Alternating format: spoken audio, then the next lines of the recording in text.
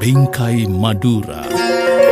Perperan atau pir-piran disebut sebuah budaya atau lebih tepatnya kebiasaan masyarakat pesisir perbatasan Pamekasan Sampang, yaitu di desa Bandaran Pamekasan atau Tanjung Sampang. Tidak semua yang tahu kebiasaan perperan ini, namun satu kata yang pasti pernah dirasakan dan dilihat oleh warga terutama pengendara saat melintas di pesisir selatan Madura ini, yaitu kemacetan dan keramaian warga ditambah dengan pengunjung wisata Pantai Camblong tepat di hari ke-7 Lebaran atau Idul Fitri.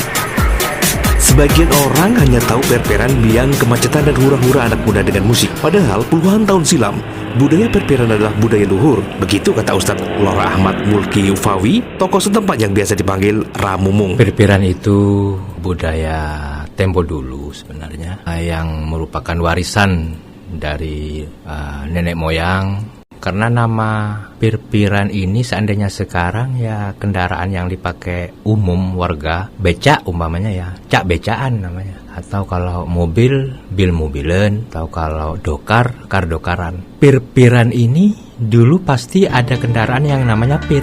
Karena digunakan untuk berkendara di saat setelah hari raya itu, kabar ke temor eti sebenteren itu, maka namanya dinamakan pir-piran. Menurut Ramumung, perperan ini bentuk silaturahmi warga antar desa. Momen yang sangat istimewa setelah puasa, setelah hari raya, kita akan dianjurkan untuk bersilaturahim. Kata perperan atau pir itu sendiri, itu sebenarnya sebuah kendaraan mirip sepeda zaman Belanda, katanya begitu, yang rodanya ini sangat besar. Yang pasti rodanya itu sama dengan orang berdiri, malah lebih tinggi. Tidak kayak dokar sekarang, tidak. Mungkin 2 kalinya. Dan saya tak jepok. Melihat kondisi atau dampak dari budaya yang membuat macet serta budaya yang kurang islami, ada sebagian masyarakat untuk menghapus budaya perperan ini.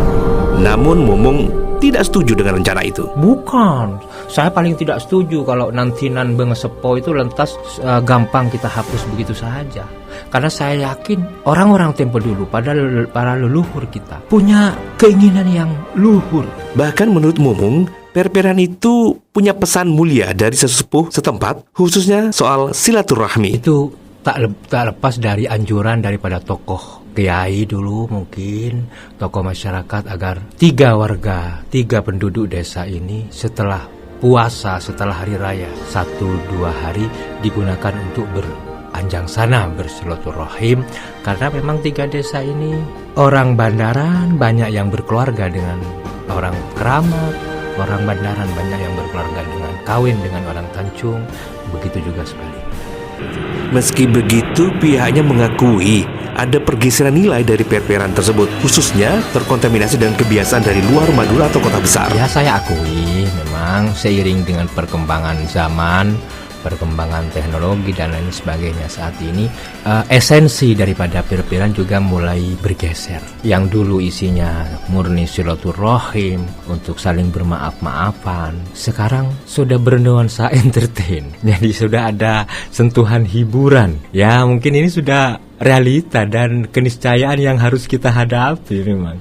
Nah, ini yang memprihatinkan kondisi perpiran itu. Akhirnya apa? Sehingga menjadi biang macet karena orang tertarik untuk nonton juga yang lewat di situ gitu loh. Mana banternya bunyi sound system dan sebagainya. Dulu orang punya sound kan jarang, Mas. Jika terjadi pergeseran budaya, bukan berarti budaya yang dihapus, tapi manusianya perlu diberdayakan, kata Ramumung. Termasuk jika hanya karena kemacetan lalu lintas itu hanya setahun sekali. Justru perlu pengaturan kembali agar semua kepentingan warga Madura juga terakomodir, asal bernilai positif. Ini yang menjadi tanggung jawab kita agar menjadi sesuatu tontonan yang menjadi tuntunan lah. Perpiran ini bermanfaat, ya harus kita kembalikan. Jadi yang sudah bengkok-bengkok ini harus kita luruskan.